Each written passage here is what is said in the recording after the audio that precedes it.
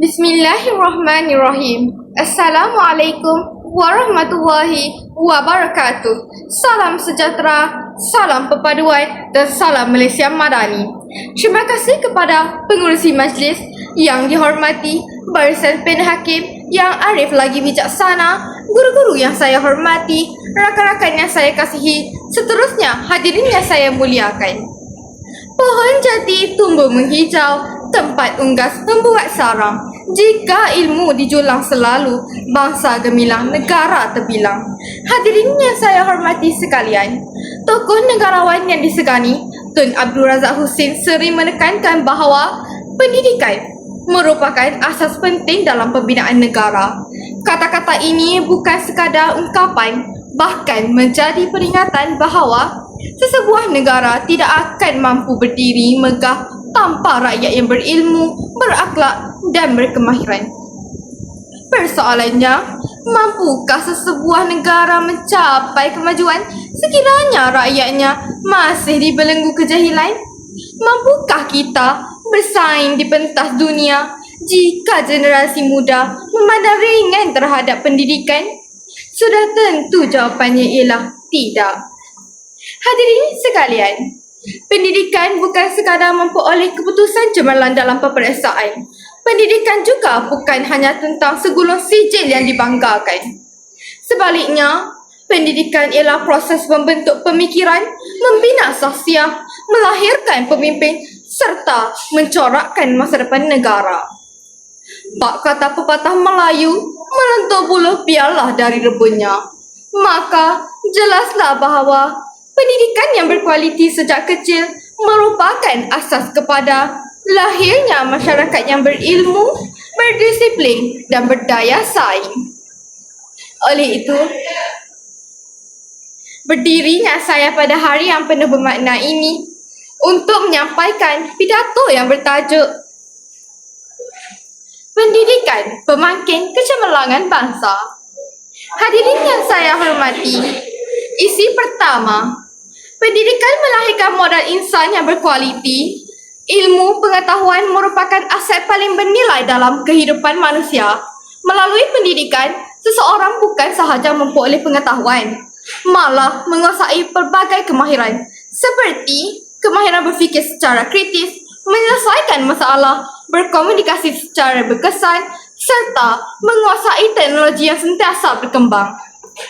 Persoalannya, siapakah yang akan menjadi doktor yang merawat pesakit, jurutera yang membina jambatan, guru yang mendidik anak bangsa, atau pemimpin yang mentadbir negara jika rakyat tidak mempunyai pendidikan yang sempurna?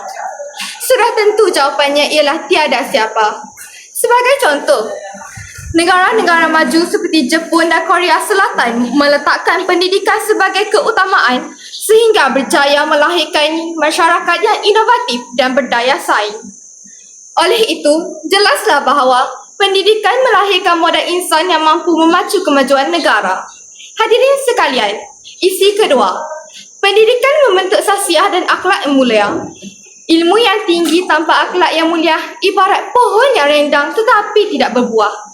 Pendidikan bukan sahaja mengajar seseorang membaca, menulis dan mengira, malah mendidik manusia supaya menghormati ibu bapa, menyayangi guru, bertanggungjawab, jujur dan berintegriti.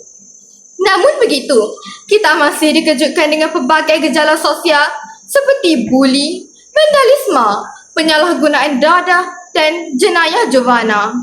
Persoalannya, apakah gunanya seseorang itu memiliki ilmu yang tinggi jika akhlaknya semakin rosak? Apakah maknanya kejayaan akademik jika kemanusiaan semakin terhakis? Jelaslah bahawa pendidikan yang sebenar bukan sekadar melahirkan insan yang bijak, malah membentuk insan yang berbudi pekerti serta berakhlak mulia. Hadirin yang saya hormati sekalian, setelah kita menusuri kepentingan pendidikan dalam membentuk modal insan, memacu pembangunan negara, melahirkan masyarakat yang berakhlak mulia, serta memperkukuhkan perpaduan, izinkan saya mengakhiri pidato ini dengan satu persoalan. Apakah yang akan kita wariskan kepada generasi akan datang jika bukan ilmu. Oleh itu, marilah kita bersama-sama memainkan peranan masing-masing. Ibu bapa hendaklah memupuk budaya mencintai ilmu sejak kecil. Guru-guru pula terus menjadi pembimbing yang ikhlas dan berdedikasi.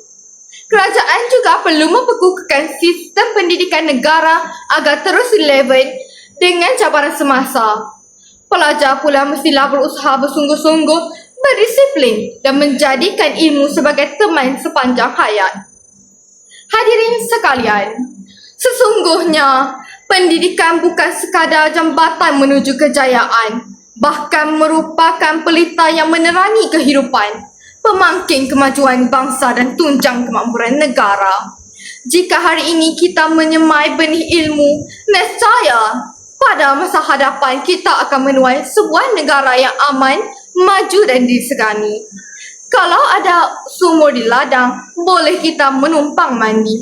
Kalau ada umur yang panjang, boleh kita berjumpa lagi. Pohon jati teguh berdiri, tempat berteduh sang cenderawasih. Ilmu sejati penyuluh diri, bangsa maju, negara dikasihi. Dengan lafaz Bismillahirrahmanirrahim, saya akhiri pidato saya. Sekian, wabillahi taufiq wa hidayah. Wassalamualaikum warahmatullahi wabarakatuh. Sekian, terima kasih.